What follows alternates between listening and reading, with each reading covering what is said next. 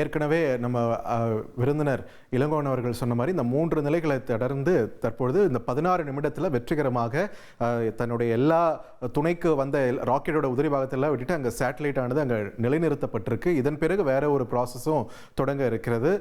தொடர்ந்து இது குறித்தான கூடுதல் விவரங்களை அரங்கில் இணைந்திருக்கக்கூடிய நம்முடைய விருந்தினர் இளங்கோவன் அவரிடம் கேட்டு பெறலாம். சார், இப்போ நிலைநிறுத்தப்பட்டிருக்கு, 16 நிமிஷம் முடிஞ்சிருச்சு. இதற்கு மேலே என்னென்ன பணிகள் மேற்கொள்ள இருக்கிறது? இந்த செயற்கைக்கோள் எப்படி அதனுடைய ஸ்பெசிஃபைடு அந்த டெஸ்டினேஷனுக்கு போய் சேர இருக்குது? இப்போ இது ஒரு நீள்வட்ட பாதையில் போய் சேர்ந்துருக்கு. சொன்ன மாதிரி 290 கிலோமீட்டருக்கும் 29,900 கிலோமீட்டருக்கும் அதான் அபோகி பிரிட்ஜி என்று சொல்லுவோம். பக்கத்தில் இருக்கிற பாயிண்ட்டுக்கு பேர் பிரிட்ஜி, தள்ளி இருக்கிற பாயிண்ட்டுக்கு பேர் அபோஜி.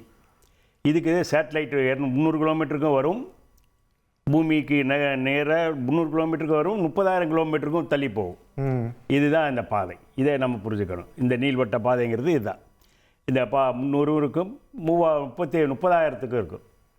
இப்படி இருக்கிறத நம்ம எப்படி ஒரு 30,000 கிலோமீட்டர் ரைஸ் பண்ணணும். இதுக்கு பேர் தான் ஆர்பிட் ரைசிங் மெனுவர்பாங்க, ORMன்னு. அதாவது இந்த வட்டப்பாதையில் எப்படி உயரத்தை கொண்டு போய் சொல்வது, 30,000ங்கிற பாயிண்ட்டை எப்படி 36,000த்துக்கு கொண்டு போவது, இதுதான். இதற்காக பூஸ்ட் மோட்டார் இருக்கும். அந்த 30,000த்தில் போகிறப்ப அந்த மோட்டாரை கொஞ்சம் ஸ்லைட்டாக ஒரு பிளிப்ஸாக கண்டினியூஸாக ஃபயர் பண்ண வேணாம், ஒரு சின்ன பல்ஸ் கொடுத்தா போதும். அதோட வெலாசிட்டி சேஞ்ச் ஆகும். நம்ம எப்படி ஒரு பைக் ஓட்டிகிட்டு போகிறப்போ கொஞ்சம் ஆக்சிலேட்டர் இன்க்ரீஸ் பண்ணோன்னா இன்னும் கொஞ்சம் வேகமாக போகுதோ, அது மாதிரி நீள்வட்ட பாதையில் அந்த பர்டிகுலர் பாயிண்டில் ஒரு சின்ன பல்ஸ் கொடுக்கறது முன்னாடி நம்ம அந்த ஆல்டிடியூட் 30ங்கிறது 32 கொண்டாடலாம், 32லேருந்து 35 கொண்டு போகலாம், 36 கொண்டு போகலாம். இதுதான் ஆர்பிட் ரைசிங் மெனுவர். இது 6லேருந்து 7 நாள் ஆகும். ஓகே, 4 ஆன பிறகு கரெக்டான அதோடைய சரியான அந்த ஜியோ கம்யூனிகேஷன் சேட்டலைட் அந்த பாதைக்கு 36,000த்துக்கு போன பிறகு அது சர்க்குலர் ஆர்பிட்டாக மாற்றுவாங்க. ரைட். அப்போ 300 கிலோமீட்டருக்கு கூட பக்கத்தில் வராது. எப்போவும் பூமிக்கு 30,000 கிலோமீட்டருக்கு தள்ளியே ஒரு பெரிய வட்ட வடிவ பாதையில் சுற்றி வரும். இதுதான் ஒரு எலிப்டுக்கு போகணும்.